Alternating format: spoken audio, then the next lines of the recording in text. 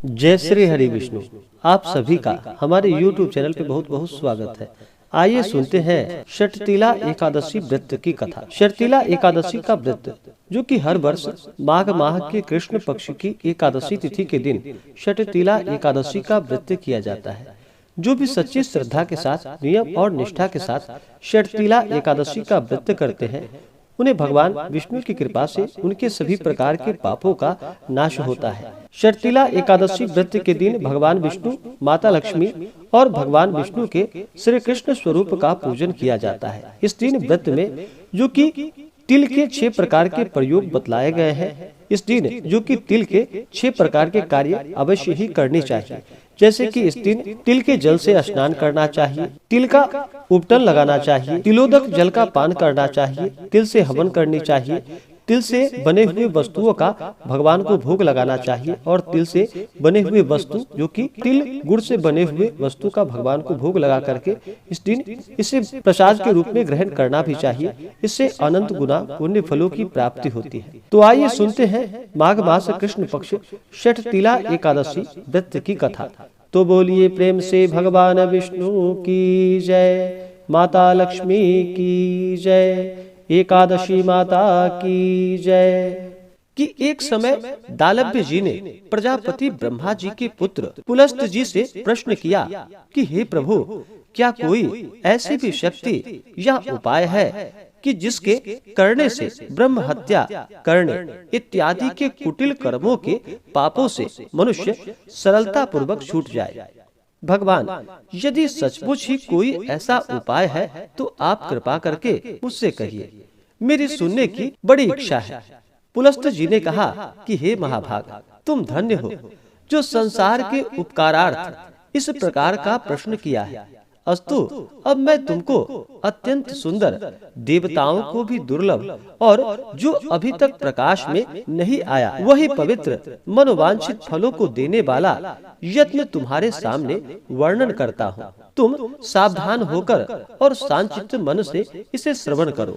माघ मास के आरंभ होते ही नित्य कर्मों से निवृत्त हो स्नान आदि करके अपने आप को अत्यंत शुद्ध व पवित्र कर, अपने मन और आत्मा को शुद्ध करके अपने इंद्रियों का भी दमन करे और काम, क्रोध, अभिमान, ईर्ष्या, पिशूनता इत्यादि को त्याग कर भगवान का स्मरण करता हुआ पुष्य नक्षत्र में गोमय यानी कि गोबर को एकत्रित कर उसमें तिल एवं कपास मिला कंडे पात करके और उनसे नित्य प्रति 108 हवन किया करे। इस प्रकार जब माघ कृष्ण दशमी का दिन आवे तो पूर्वाषाढ़ा नक्षत्र हो अथवा मूल नक्षत्र हो, उसमें नियम पूर्वक मन को शुद्ध करके भगवान का पूजन कर और एकादशी के दिन एकादशी का व्रत करके रात्रि में कृष्ण नाम का संकीर्तन करते हुए जागरण करे और दूसरे दिन द्वादशी को भी स्नान कर विधिवत भगवान श्री कृष्ण का चंदन, अगर, कपूर और फूल मालाओं द्वारा श्रद्धा पूर्वक पूजन कर नैवेद्य में खिचड़ी अर्पण करे और आप भी खिचड़ी से ही व्रत का पारणा करे तथा भगवान के नाम की स्तुति करता हुआ तिल, गुड़, कुम्हड़ा, नारियल और सीताफल इत्यादि कृष्णार्पण करके ब्राह्मणों को देवे एवं उनकी स्तुति करे। हे कृष्ण, आप आर्तहरण, अशरण, शरण दीनों का प्रतिपालन करने वाले तथा अधर्मी का उद्धार करने वाले हैं। हे नाथ, हम संसार सागर में डूब रहे हैं। हे पुंडरीकाक्ष भगवान, भव भय भंजन हमारी रक्षा करे। फिर श्री कृष्ण अर्पण कर ब्राह्मणों को जल से भरे हुए घड़ों का दान करे, छाता एवं जूता इत्यादि देवे। तिल स्नान कार्य एवं भोजन में अत्यंत ही शुद्ध और पवित्र होकर के तिल दान करने वाले को तिल के एक खेत में जितना तिल उत्पन्न होता है उतने वर्ष पर्यंत स्वर्ग में निवास करने को मिलता है। अस्तु, तिल स्नान, तिल का उपटन, तिल का भोजन और तिल का दान यथाशक्ति अवश्य ही करनी चाहिए।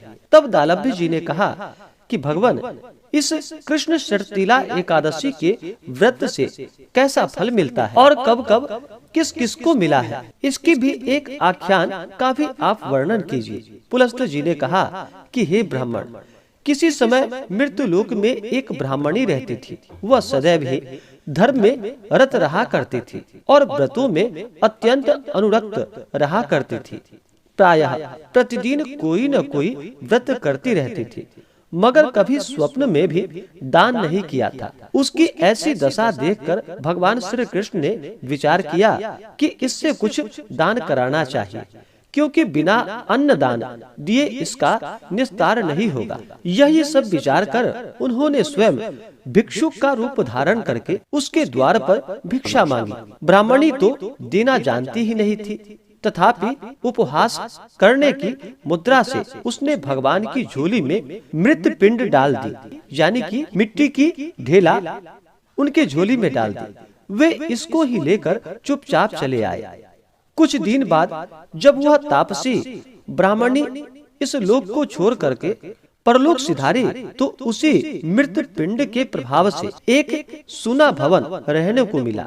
यह तमाशा देखकर वह चकरा गई और दौड़ती हुई भगवान श्री कृष्ण के समीप गई और कहा कि हे भगवान, यह क्या व्यापार है कि मैंने जन्म भर व्रत और तप कर आपकी आराधना की और आपकी सेवा की। मैं यथाशक्ति कोई भी कसर नहीं होने दी, फिर यहाँ पर मेरा यह घर सर्व वस्तुओं से विहीन क्यों है?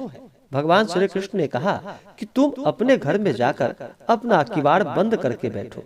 जब तुम्हें देखने के लिए अप्सराएं और देवांगनाएं आए तो तुम अपना किवाड़ मत खोलना। जब वे किवाड़ खोलने को कहें तब तुम उनसे कहना कि यदि आप लोग मुझे षटतिला एकादशी का विधान, पुण्य और फल सुनाइए, तभी मैं दरवाजा खोल दूंगी। भगवान श्री कृष्ण के ऐसे वाक्य को सुनकर वह सुंदरी अपने मकान में आकर उसके सब द्वार बंद कर चिंताकुल होकर बैठ गई। यथा समय देवांगनाएं आई और उसके किवाड़ खोलने के लिए उससे कहा। तब उसने वे ही वाक्य उन लोगों से कहे जो कि भगवान श्री कृष्ण ने उनसे कही थी। उसके ऐसे वाक्य को सुनकर एक स्त्री ने षटतिला एकादशी व्रत की विधि बतलाई और उसके दर्शन किए, उसके अनुपम तेज का अवलोकन किया। उस स्त्री ने भी देवांगनाओं के उपदेशानुसार षटतिला एकादशी का व्रत, जो कि विधिवत धारण कर धन धान्यादि से संयुक्त गृह को प्राप्त किया। इसलिए षटतिला एकादशी व्रत के साथ ही साथ तिल और वस्त्र का दान अवश्य ही करनी चाहिए।